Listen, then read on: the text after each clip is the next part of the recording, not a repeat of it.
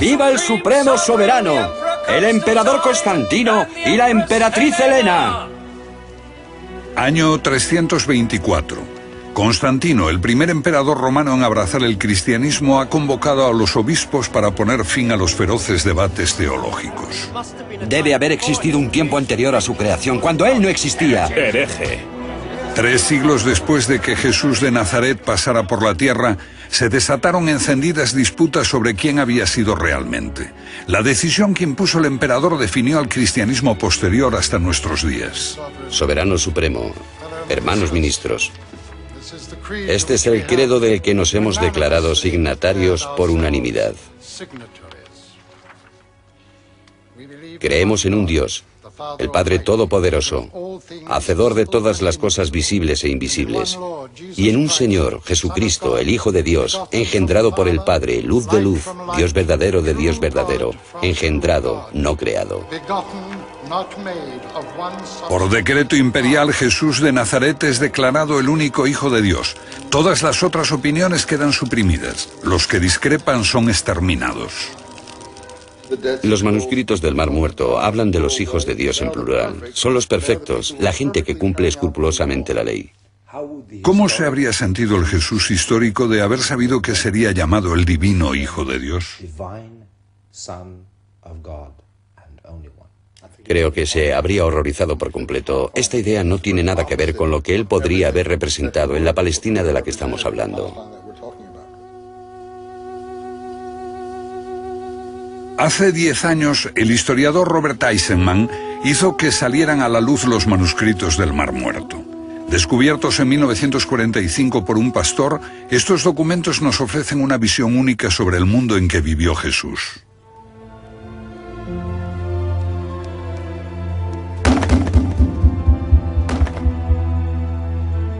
Israel construyó este santuario del libro para albergar los manuscritos.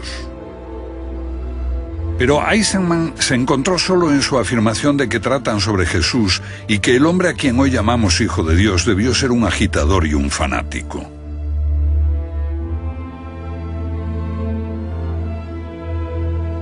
Sin embargo, pocos discutieron las palabras que pronunció al final de un documental que hice sobre los manuscritos.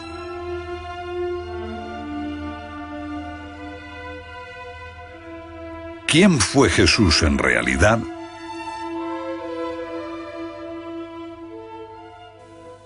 Jesús fue un judío. Nació judío y murió judío. Creo que se asombraría ante la fundación de una iglesia cristiana.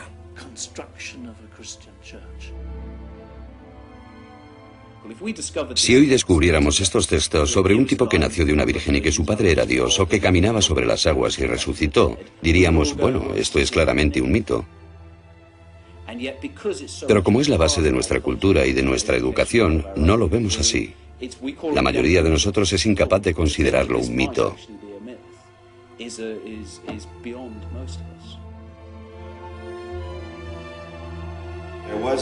Hubo un hombre de letras y posiblemente un gran devoto cristiano que escribió a principios de siglo lo siguiente: no deberíamos creer más que el Jesús que vivió efectivamente en Palestina tiene algún parecido con el Jesús de la Biblia. Yo creo que fue una afirmación honesta y probablemente acertada. Los que toman la Biblia como la auténtica palabra de Dios podrían ahorrarse dolor e irritación renunciando a ver este documental, porque se basa en la idea de que la fe cristiana se origina en un mito. Esta es una convicción que gana cada vez más fuerza entre los especialistas a medida que salen a luz nuevos documentos antiguos sobre los orígenes de la cristiandad y sobre Jesús, el Hijo de Dios.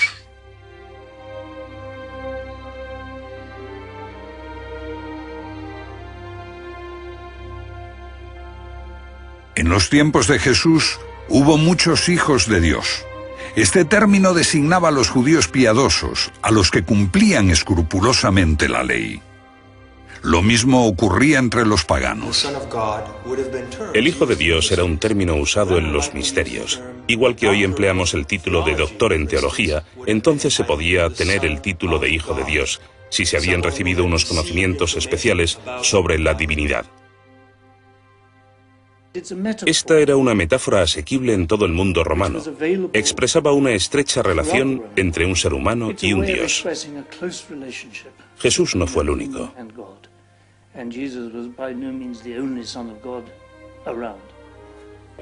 Todos los emperadores afirmaban ser el Hijo de Dios y se atribuían la capacidad de obrar prodigios. Hijo de Dios no era solo un término reservado a los piadosos y a los inteligentes, también se aplicaba a los poderosos. En el antiguo Egipto, el faraón era hijo de Osiris y por tanto un hijo de Dios. Tomemos a Alejandro Magno. Es la persona que unificó a todo el mundo mediterráneo en el imperio griego. Su madre fue una iniciada en el culto de Dionisos. Ella le inculcó la idea de que él era fruto de una inmaculada concepción, nacido de su unión con Dios. ¿Era la Virgen Madre? Seguramente. Julio César es el hijo de la diosa, con un linaje divino como todos los emperadores posteriores. De modo que la idea de ser hijo de Dios era un lugar común en el mundo antiguo. ¿Jesús se llamó a sí mismo alguna vez el Hijo de Dios? Por lo que sabemos, nunca lo hizo. En el Evangelio de Marcos, él se llamaba a sí mismo el Hijo del Hombre.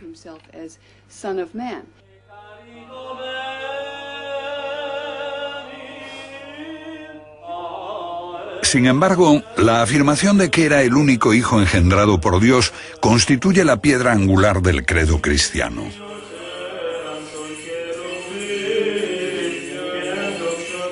La cristiandad parece haber olvidado el pasado y se atribuye la promesa de la salvación, la vida después de la muerte. Pero realmente la resurrección llegó a la humanidad como una nueva revelación a través de Jesucristo. Sucedió lo contrario. Esa idea debe mucho a los egipcios, que estuvieron siempre muy preocupados por la vida eterna de sus cuerpos. Las pirámides muestran que la religión de los antiguos egipcios creía en la vida después de la muerte.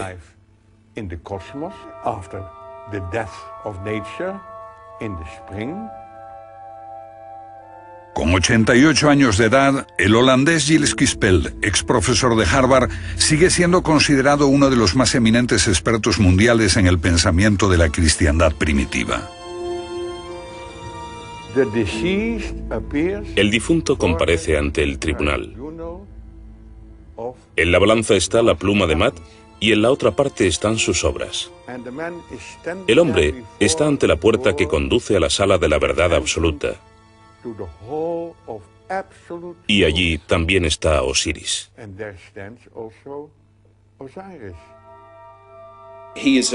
Este es un Dios que viene a la tierra como hombre. Trae grandes enseñanzas, el culto a los dioses y la civilización. Y después las fuerzas del maligno le dan muerte. Pero resucita y asciende al paraíso, donde será el juez de las almas al final de los tiempos.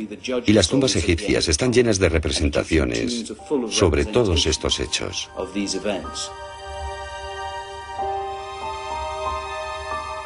Para el antiguo Egipto, Osiris permanecía como la constelación de Orión, el buen pastor entre las estrellas, las almas en el cielo. Pero esta no es la única imagen mítica que posteriormente recoge la cristiandad. Los escritores Tim Frick y Peter Gandhi han elaborado un amplio estudio sobre el pensamiento antiguo. Es una imagen dura. ¿Por qué la puso en la portada de su libro? Bueno, esta evidencia fue sumamente importante para nosotros. Es un talismán, un amuleto. Es pequeño, del tamaño de mi pulgar. Y muestra lo que usted cree que es Jesús en la cruz. Pero la inscripción griega nos dice que representa la muerte y resurrección del dios hombre Dionisos. Y el descubrimiento de que este dios hombre pagano podía haber encontrado la muerte de la misma forma en que después se dijo que Jesús murió por nosotros. Era una evidencia concluyente de que la historia de Jesús fue tomada de la mitología pagana.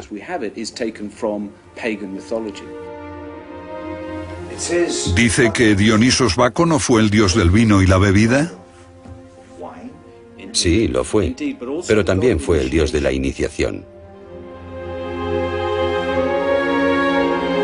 Originariamente no era nada más que una deidad menor del vino, pero Dioniso significa hijo de Dios y más tarde se transforma en un redentor. Un niño divino sentado en el regazo de su madre, muy similar a Jesús.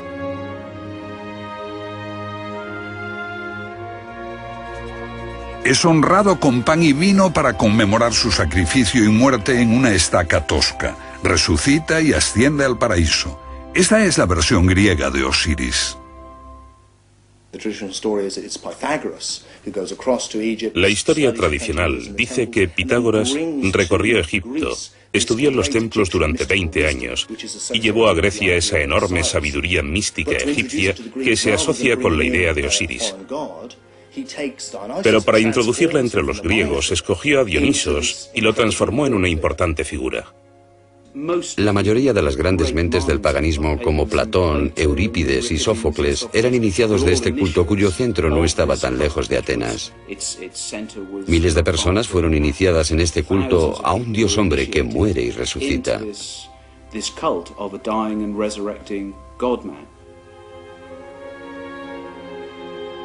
¿Podría la cristiandad ser deudora de una cultura tan antigua o de otras?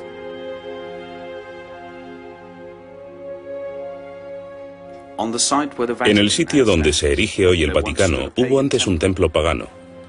Los sacerdotes paganos celebraban ceremonias sagradas que los primeros cristianos encontraron inquietantes, por eso decidieron borrar de ellas toda evidencia. ¿Cómo eran esos terribles ritos? ¿Horrendos sacrificios, tal vez? ¿O quizás orgías obscenas? Eso es lo que nos han llevado a creer, pero la verdad es más extraña. Eso es lo que nos han llevado a creer, pero la verdad es más extraña. En este antiguo santuario pagano los feligreses glorificaban a un redentor, Mitra, igual que Jesús. Este nació un 25 de diciembre de una virgen, era el Hijo de Dios, ascendió al cielo y prometió volver al final de los tiempos para juzgar a los vivos y a los muertos.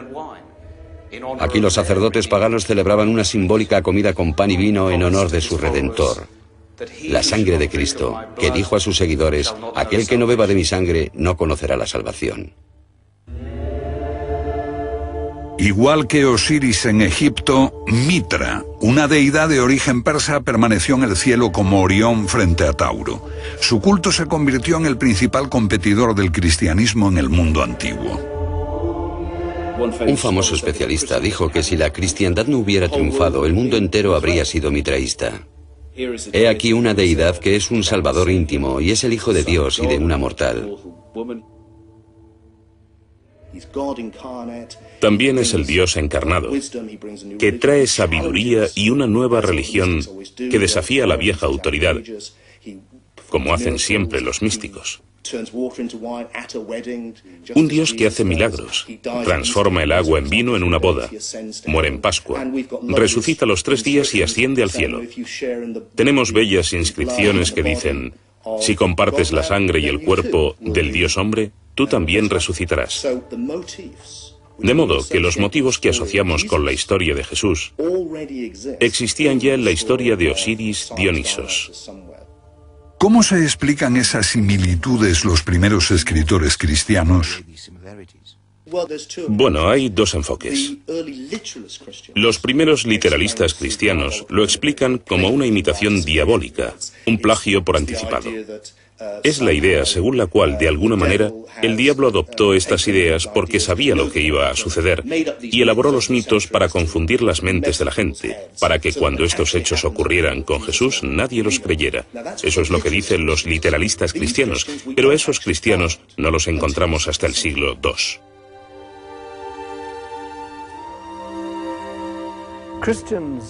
Los cristianos celebraron su victoria declarando que el paganismo era decadente, grosero, falto de interés, inferior, y que el cristianismo tenía simplemente que ganar.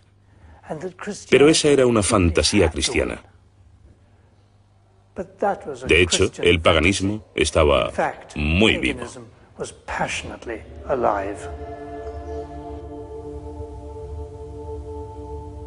¿Qué significa pagano? Fue acuñado por los cristianos como un término insultante. Significa habitante del campo. Esto sugiere que esa gente que había construido pirámides, que nos dejó las obras de Eurípides, Sófocles y Platón, eran gente de campo primitiva y supersticiosa. ¿Qué transformó su opinión sobre el paganismo? Creo que fue estudiar la espiritualidad pagana y descubrir una rica filosofía espiritual. Es allí donde tiene sus raíces lo mejor de lo que consideramos cultura occidental.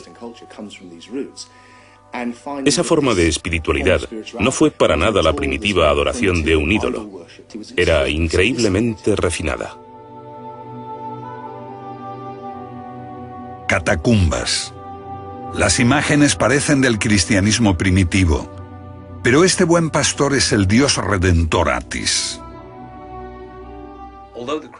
El mensaje cristiano parece revolucionario. Amar a tus enemigos. Está alejado de las enseñanzas judías del ojo por ojo y diente por diente. Pero en la filosofía pagana tenemos sentimientos como el de amar a quien te golpea, o ser un hermano y un padre de toda la humanidad.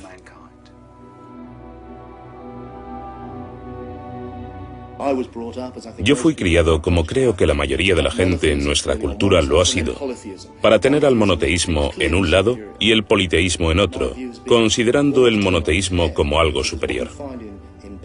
Cambié de opinión, porque lo que uno encuentra en el politeísmo pagano es que tiene como centro la idea de unidad.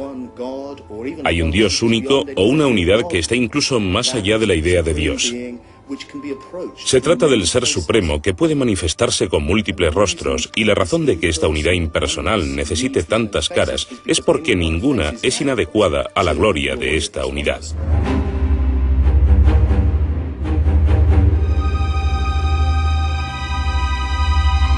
Veamos un ejemplo. India, tierra de miles de dioses y diosas.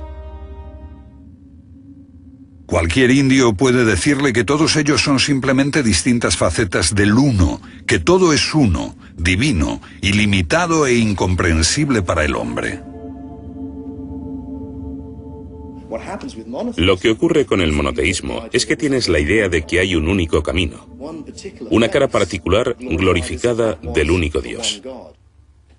En nuestra cultura es Yahvé o Jehová, el Dios tribal judío, que es un rostro particular de Dios, que un pueblo relacionó con lo divino y dijo, esta es la personalidad de Dios.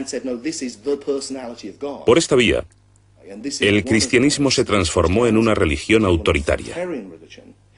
En cambio, el paganismo es por lo general una forma de espiritualidad muy tolerante, porque permite la diversidad, porque sabe que está tratando de llevarte a lo que finalmente no puede ser expresado, y exige una comprensión mística. Por lo tanto, cualquier camino que escojas será personal.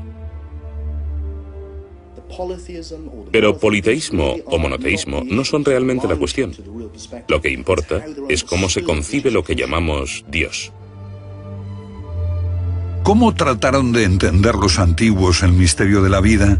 La mayor parte de su legado se perdió, pero lo más importante parecen ser las ideas expresadas también por Platón.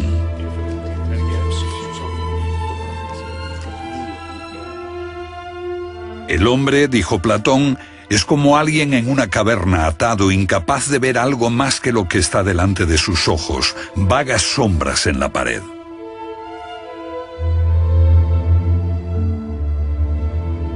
Sombras que la luz proyecta desde el mundo real que está detrás del hombre. Mira, hombre. Pero el hombre, incapaz de volver su vista atrás, ciego al mundo real y divino, sigue mirando fijamente la pared que tiene delante, pensando que la verdad está allí, creyendo que solo eso es la realidad. Enseñar a ver la verdad del mundo divino fue el objetivo de las religiones mistéricas. La religión mistérica aspira a la transformación. Esa es la idea básica del misterio. Buscan la transformación para ver la auténtica realidad, el auténtico conocimiento, lo que llamaron gnosis. Todas las religiones mistéricas tenían una forma exotérica, los misterios exteriores, y otra esotérica, los interiores, y unas enseñanzas místicas sobre la autotransformación. Los misterios exteriores se dirigen a las masas. Están disponibles para todos. Pero otros veían una realidad mística más profunda bajo la superficie del relato sagrado. Para ellos este relato era una alegoría que no solo hablaba de Dios, sino también sobre ellos mismos en lo profundo. Un mensaje que les enseñaba a comprender el misterio de la vida y a enfrentar la realidad de la muerte. Y entonces, lo que hallamos es un espectro entre dos extremos, los que llamamos literalistas por una parte y los gnósticos o místicos por otra. Pero los gnósticos, filósofos paganos, están atacando a sus propios literalistas o fundamentalistas, quienes creen que adorar un ídolo les ayudará.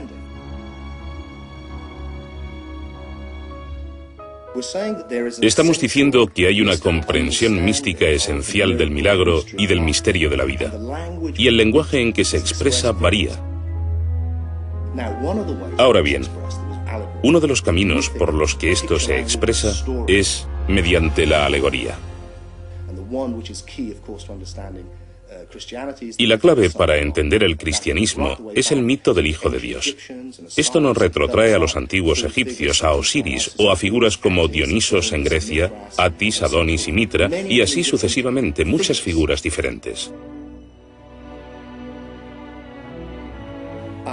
Este mismo proceso continuó hasta el siglo I, cuando algunos judíos hicieron exactamente lo mismo y adoptaron una figura mítica, el Mesías, Joshua o Jesús, y lo transformaron a sí mismo en este Dios hombre que muere y resucita.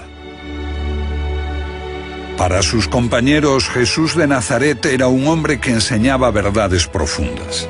Eran gnósticos, místicos que concebían su vida y su muerte dentro de un entramado gnóstico. Se convirtió Jesús en su símbolo para dar un mensaje en una verdad interior. Una figura dentro de una alegoría mediante la cual uno puede ser transformado por la iniciación y al final alcanzar la gnosis o conocimiento, ese estado místico de la iluminación.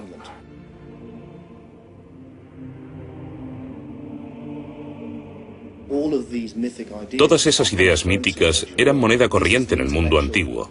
Sin embargo, para nosotros, 2000 años después, con el paganismo suprimido y el gnosticismo suprimido, con el monopolio del cristianismo y su historia, la idea de que Dios efectivamente encarnó con una forma humana y todo ese tipo de cosas parece original. Para el literalista cristiano, se trata de una flamante revelación absolutamente única. Pero al volver al mundo antiguo y situar este mito en su contexto, la perspectiva cambia radicalmente.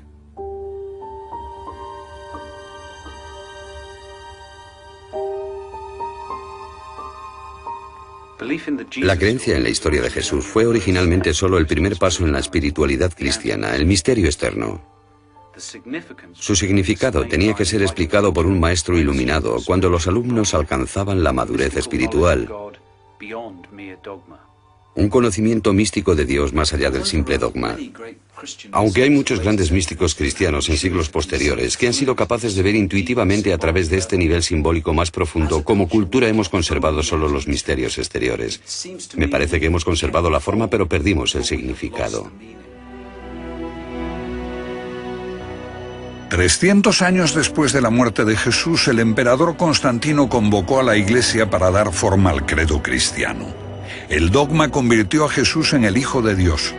Fue la conclusión de un proceso en el que la forma usurpó al significado. ¿Qué sucedió con el Jesús real? El rostro que surgirá de esta reconstrucción será muy similar al tipo de rostro que tuvo este hombre en vida. Cada vez estamos alterando más su imagen. ¿Cómo sería su aspecto físico? Recientemente la televisión hizo una reconstrucción que lo presentaba como un hombre corriente en Israel de hace 2000 años. ¿Pero qué sabemos realmente de Jesús por la historia?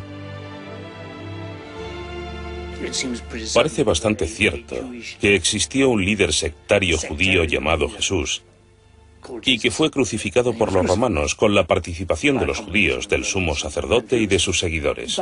Pero esto es todo lo que sabemos con seguridad. El único contemporáneo que escribió sobre Jesús fue el historiador Josefo, pero solo unas pocas palabras, que incluso podrían haber sido insertadas posteriormente. La Biblia describe a Jesús de forma más detallada, pero los evangelios parecen contradecirse.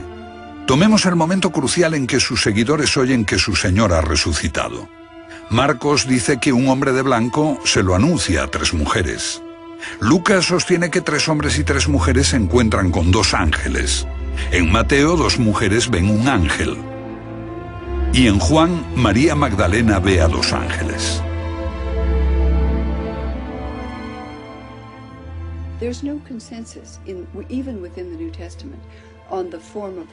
No hay consenso sobre la resurrección en el Nuevo Testamento.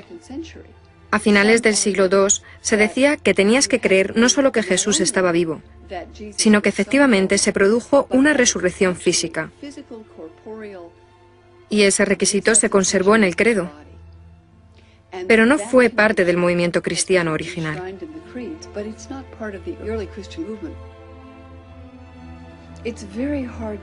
Es muy difícil hablar del Jesús histórico. Pero los evangelios se escribieron con ese propósito, por supuesto. Sin embargo, no son obras históricas. Se escribieron en forma de biografía, pero su intención no es hablarnos del Jesús histórico, sino de su convicción de que este hombre era el Mesías de Dios. Por lo tanto, son obras de propaganda religiosa, no históricas. Los evangelios son libros de creencias construidos para parecer historia. Aquí contamos una historia real. Pero es altamente improbable que los evangelios sean registros contemporáneos. Los evangelios fueron escritos por hombres educados en las ciudades del Mediterráneo oriental y en Grecia. No por los pescadores, que aparecen en los evangelios como los primeros seguidores de Jesús. Y se escribieron décadas después de Cristo, cuando el recuerdo de su vida estaba desvaneciéndose. Eran tiempos dramáticos. Los judíos se rebelaron e Israel fue destruida por Roma, que aniquiló a todos los que podían haber conocido a Jesús. Marcos, Lucas, Mateo escribieron sus evangelios casi 2 generaciones después de Jesús. El cuarto, el Evangelio de Juan, apareció casi 3 generaciones después, pero no eran los únicos evangelios. Sabemos que hubo muchos evangelios entre los seguidores de Jesús y otros escritos, cartas, epístolas, poemas, himnos, etc. Ahora miramos el cristianismo y lo vemos muy diferente. Todo, desde los baptistas, los ortodoxos rusos, los calvinistas, los católicos romanos, una gran variedad. Pero cuando nos remontamos al siglo I, la variedad era mayor. No había un canon fijo de las escrituras del Nuevo Testamento, ni un credo al que pudieran acceder los cristianos de todo el mundo, ni existía una estructura específica. Lo que me fascina es que los grupos que se llamaban cristianos entonces eran mucho más diversos entre sí de lo que lo son hoy.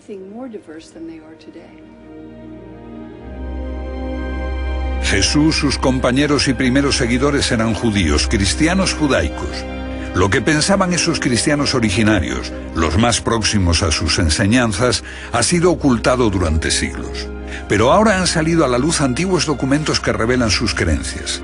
Gilles Quispel jugó un importante papel al darlos a conocer a la ciencia. Lo que revelan es asombroso. Los cristianos judaicos silenciaron el valor de salvación del sacrificio de Cristo.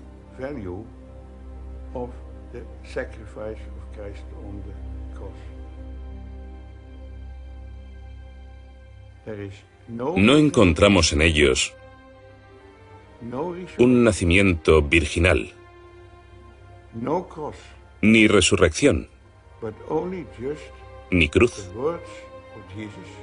sino solo las palabras de Jesús, que es la encarnación de la sabiduría divina. Un un hombre santo, no un Dios, un hombre de infinita sabiduría.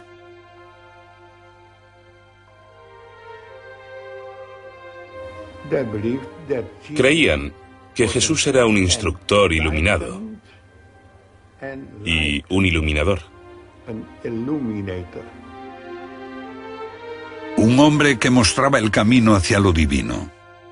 Sus primeros seguidores parecen adherirse a una religión totalmente distinta. Los conceptos básicos de la cristiandad posterior les eran extraños. Solo mucho después vinieron los tiempos en que Jesucristo fue proclamado el Hijo unigénito de Dios y surgieron ideas y ritos que hubieran provocado asombro en Jesús y los suyos.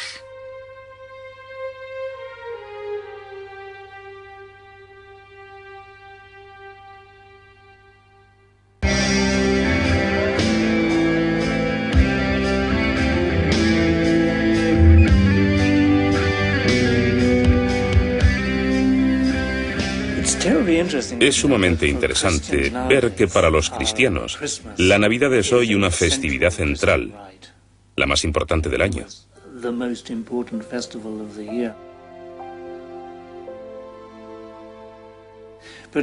Pero no sabíamos que los primeros cristianos no celebraron la Navidad como el nacimiento de Cristo, sino hasta el siglo IV.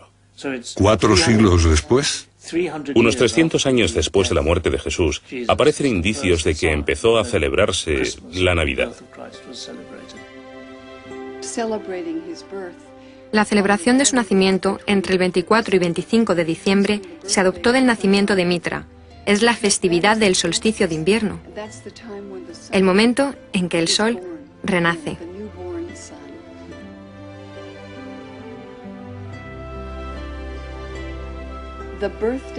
El nacimiento del dios Sol Invictus, celebrado por los romanos, fue adoptado por los cristianos como el nacimiento de Jesús.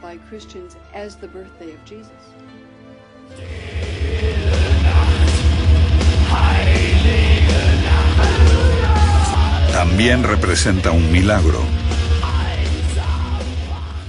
Es muy interesante que la milagrosa concepción de Jesús, la procreación virginal, sea una creencia central, particularmente para los católicos. Pero en el Evangelio de Marcos, el más antiguo, nada se dice de esto. Tampoco en el de Juan. ¿Quién inventó lo de la virginidad perpetua de María y la Inmaculada Concepción? Ni idea. La virginidad de María y la Inmaculada Concepción son muy tardías. Creo que surgen de las enseñanzas del siglo XVII, XVIII o XIX. ¿Qué habría pensado el Jesús histórico de ello?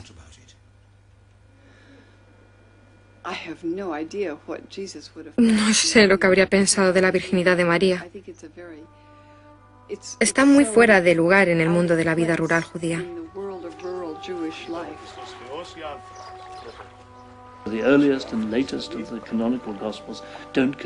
En los primeros y los últimos evangelios canónicos no se menciona el nacimiento virginal.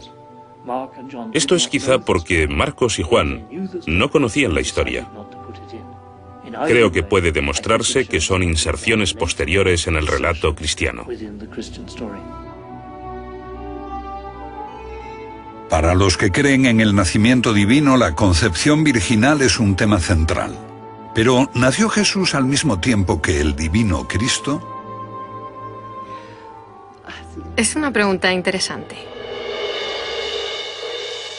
Entre los antiguos cristianos hay una división real de opiniones acerca de cuándo se hace divino Jesús. Según Marcos, el Espíritu de Dios descendió sobre él, igual que descendió sobre los viejos profetas, y se convirtió en una persona inspirada por el Espíritu. Y en este punto, según Marcos, una voz desde el cielo lo proclamó el Hijo de Dios. La inspiración divina le llegó a Jesús cuando era un hombre. Para muchos cristianos que creen en el nacimiento divino, debe resultar sorprendente que Jesús tuviese hermanos. El Evangelio de Marcos dice que tenía hermanos y hermanas, que eran muy conocidos en su pueblo. Creo que a los cristianos posteriores les perturbó esto y se interpretó como que eran hijos de un matrimonio anterior de José. No obstante, el Evangelio de Marcos no sugiere nada así. Jerusalén. Esta catedral armenia se construyó sobre los restos de uno de los hermanos de Jesús, Jaime, aunque la Iglesia prefiere llamarlo Santiago.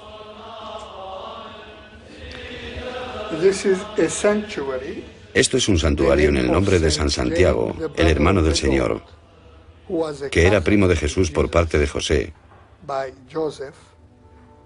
y que fue el primer obispo de Jerusalén. Sus restos están bajo el altar mayor. Recientemente salió a la luz este pequeño féretro de arenisca que dice: Santiago, hijo de José, hermano de Jesús. Por su hermano conocemos algo crucial de Jesús, porque Santiago fue una figura clave en la Jerusalén de la época. Santiago, el hermano de Cristo, fue el líder del movimiento de Jesús desde su muerte hasta el año 61. Existe solo un breve párrafo sobre Santiago en la obra de Josefo a finales del siglo I. Dice muy claramente que un brutal sumo sacerdote saduceo asesinó a Santiago y que fue destituido de su puesto de sumo sacerdote por la oposición de la mayoría de los sacerdotes y por los fariseos, que eran amigos de Santiago, hermano de Jesús.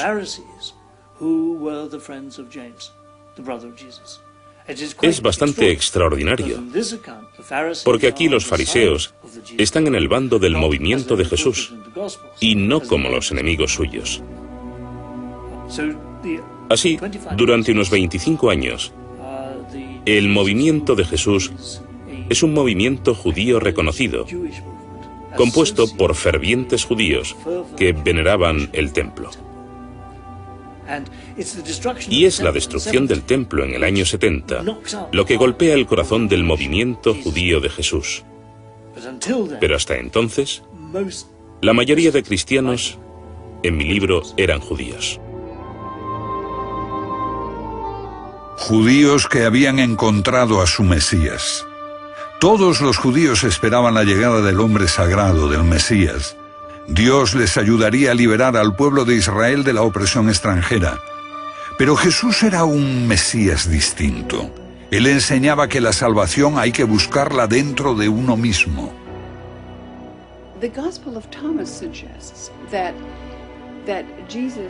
El Evangelio de Tomás sugiere que Jesús es el iluminado. Como Buda es el iluminado, no diferente a los demás, pero uno que ha comprendido el más profundo potencial espiritual de la naturaleza humana.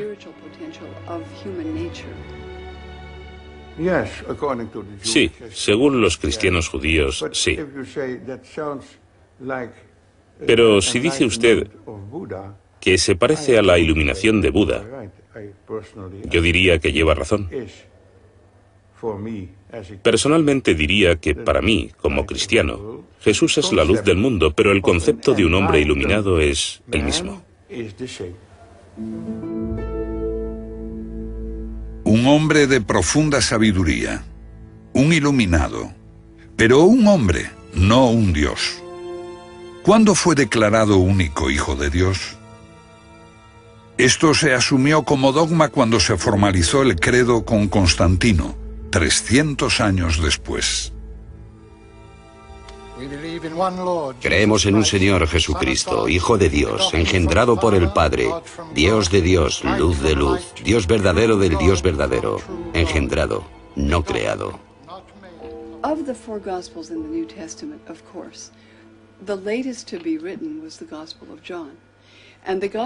De los 4 evangelios del Nuevo Testamento, el último que se escribió fue el de Juan.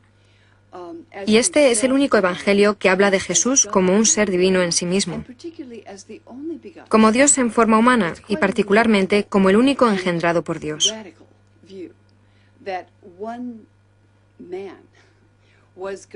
Es una visión bastante radical sostener que un hombre era Dios encarnado. Y es alarmante que ese insólito evangelio, del cual no encuentro menciones entre los cristianos ortodoxos antes del año 160, más o menos se transformase en la lente a través de la cual los cristianos leen más tarde todos los evangelios. Muchos cristianos pensarán hoy que el cristianismo dice que Jesús es el Hijo de Dios, pero eso no es lo que se encuentra en Mateo, Marcos o Lucas. En ellos se encuentra la enseñanza de que Jesús es el Mesías de Dios, el único que redime a su pueblo, el único que enseña el camino de rectitud. Uno podía ser un judío muy devoto y seguir a Jesús en ese punto, pero con el Evangelio de Juan, con la afirmación de que es el Hijo de Dios, y más que eso, su único Hijo, cambia la comprensión del mensaje de forma total. Un creciente debate sobre la naturaleza de Jesús, si era un hombre o un Dios, transforma el cristianismo primitivo a medida que el movimiento crece. El énfasis se pone en el mensajero más que en el mensaje. Eso cambió al cristianismo más profundamente que el hombre considerado como el gran creador de la desunión, San Pablo.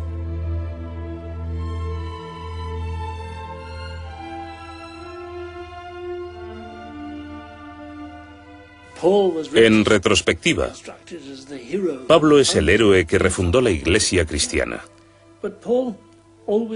Pero Pablo siempre intentó llevar creyentes a la sinagoga. También estaba dispuesto a reclutar gentiles. La ruptura radical que supuso Pablo fue permitir a los no judíos comer con judíos y no seguir las leyes kosher. Eso fue una ruptura radical. Ser integrador. Permitir a todos creer en Jesús fue un paso fantástico. Pablo es un personaje completamente malinterpretado en la historia. En tiempos de Pablo no había una separación entre gnosticismo y literalismo, porque no había literalismo en su tiempo. Pablo vive antes de que surja la historia literal. La cristología de Pablo es única y espiritual. Su obra es anterior a los evangelios y consiste en transformar un mito en un hecho histórico. Los escritos de Pablo son, por supuesto, los más antiguos que conocemos. Y Pablo no conoció a Jesús, nunca le vio. Dice que recibió sus enseñanzas por una revelación donde un ser de luz se le apareció, y él quedó convencido de que era Jesús. ¿Pero habla de Jesús? No habla de Jesús y dice que si conociéramos al Jesús de naturaleza humana, eso no importaría. Lo que importaría es el Cristo resucitado. ¿Pablo dice que Cristo le fue revelado? En mí, no para mí. ¿Qué quiere decir? Esto es fascinante. Cuando habla de su visión de luz, no ve al Jesús que le era familiar por el relato de los evangelios, alguien que tenía una madre y un padre. Eso no es importante para Pablo. Lo que se encuentra es un ser de luz, igual que los paganos encontraban a sus dioses como seres de luz. Y cuando habla del gran secreto que le fue revelado, no es que Jesús vino, predicó e hizo milagros. Lo que dice él es: este es el gran secreto, Cristo en ti. Y cuando dice que Cristo es revelado, no le fue revelado a él, sino revelado en él. Esto es lo que hace al cristianismo de Pablo tan agnóstico y poco literal. ¿Por qué? Porque el enfoque literalista es que Jesús está fuera de ti y que Dios está fuera de ti, fuera del universo. Mientras que el enfoque agnóstico, el enfoque pagano antiguo de los misterios, es que todo es uno. En pocas palabras, todo es uno. Y así Cristo está en ti o tú estás en Cristo. Puedes decirlo como quieras, pero no puedes separarlo. Y eso es lo que hacen los literalistas de la Iglesia. La singular obra de Pablo se hace más obvia a través del sensacional descubrimiento de unos evangelios desconocidos que se ocultaron cuando la Iglesia cristiana en ascenso perseguía a sus disidentes. Los evangelios gnósticos, descubiertos hace 50 años en Nag Hammadi, Egipto. Mal entendidos, maltratados al principio, caídos en manos de traficantes, pero ahora los científicos reconocen su valor.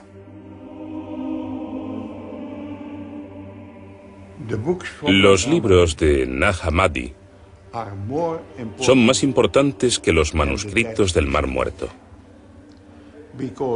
porque presentan un nuevo enfoque de la historia cristiana, de Jesús y de Dios.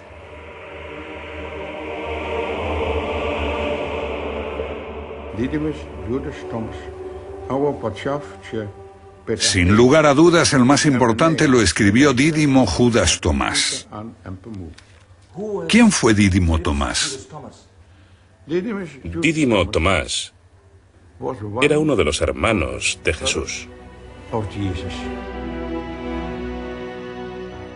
Una tradición posterior de la Iglesia hace de Tomás el apóstol que no pudo creer que Jesús después de morir hubiese resucitado con un cuerpo físico. El incrédulo Tomás, del que ahora se dice que fue el más fiel discípulo de su maestro. ¿El hombre que mejor entendió a su hermano? Según el Evangelio de Tomás, sí. El documento atribuido a Tomás, aunque escrito más tarde, se cree que es anterior a los evangelios canónicos y se piensa que es un fiel reflejo del tiempo en que las enseñanzas de Jesús todavía estaban frescas y vivas. Me resulta asombroso que vivamos en un mundo dominado aún por el cristianismo y que los cristianos no mostraran interés por leer el Evangelio de Tomás y todas esas escrituras maravillosas que entonces salieron a luz. Y creo que dice algo de lo poderosa que es la Iglesia, el hecho de que aún hoy no se aceptan y siguen viéndose como heréticas y peligrosas, y por supuesto lo son, desde la perspectiva de los literalistas de la Iglesia, porque ponen en cuestión su interpretación.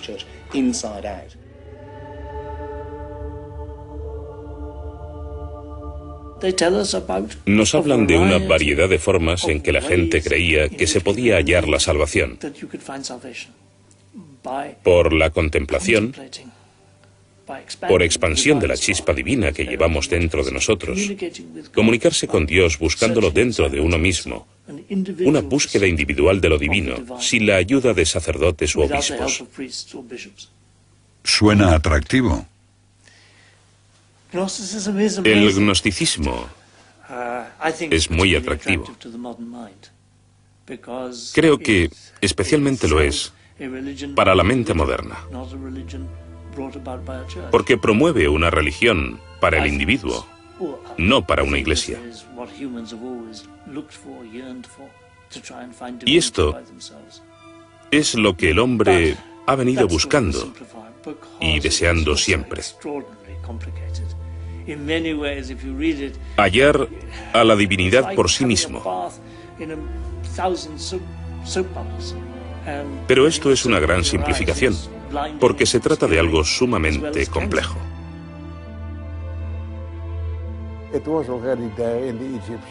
Ya en la religión egipcia se decía en el año 3000 a.C. que el hombre después de la muerte se transformaba en Osiris. Se integraba en el Dios. Este era el concepto básico de todos los misterios que existieron en el mundo romano y helenístico. El misterio de Isis, Mitra, Adonis.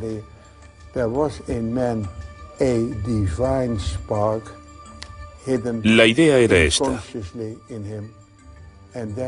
Hay en el hombre una chispa divina, de la que es inconsciente y hay que despertarla mediante una iniciación que conduce a la transformación. ¿Cómo se perdió esa idea?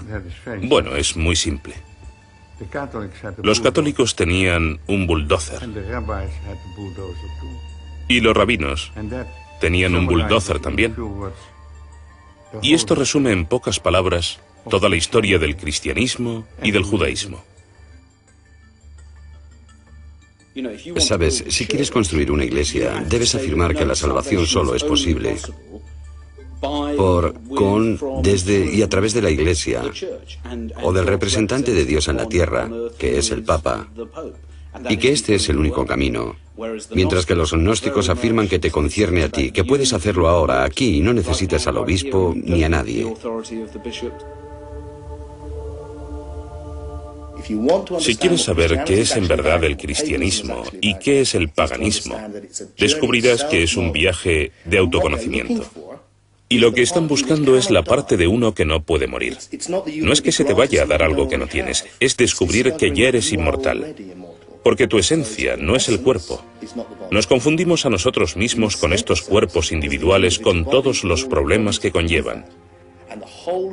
Y toda la historia es que necesitamos morir para la identidad del cuerpo, que es el centro de la cuestión, y que necesitamos resucitar a nuestra auténtica identidad, que es el Hijo de Dios, el Cristo, el Osiris Dionisios. ¿En qué sentido somos todos hijos de Dios? Somos todos hijos de Dios y nos damos cuenta de nuestra auténtica identidad.